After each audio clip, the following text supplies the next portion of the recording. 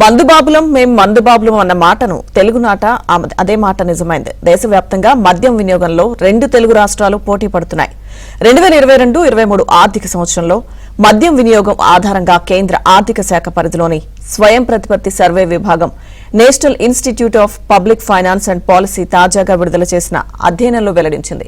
ఇక ఈ అధ్యయనానికి National Sample Survey Office Consumer Pyramids household సర్వేలను ప్రామాణికంగా తీసుకుంది.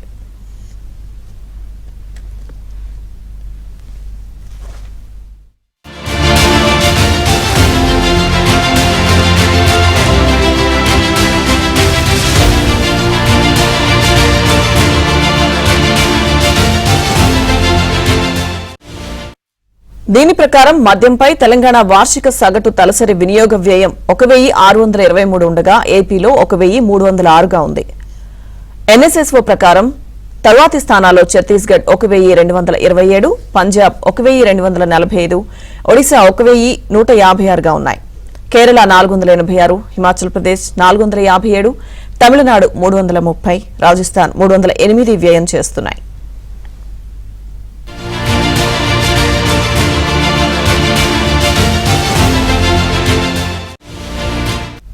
ఇక 2 సర్వే సంస్థలు ఇచ్చిన నివేదికల ప్రకారం ఉత్తరప్రదేశ్లో తలసరి వినియోగ వ్యయం 75,049గా ఉండడం విశేషం. ఇక మద్యం వినియోగం ద్వారా ఆయా రాష్ట్రాలు పన్నులు పిండుకుంటున్నాయని నిపేప అధ్యయనం తెలిపింది. మద్యంపై వస్తున్న పన్నులు రాష్ట్రాలకు 3వ అతిపెద్ద ఆదాయ వనరుగా ఉందని పేర్కొంది.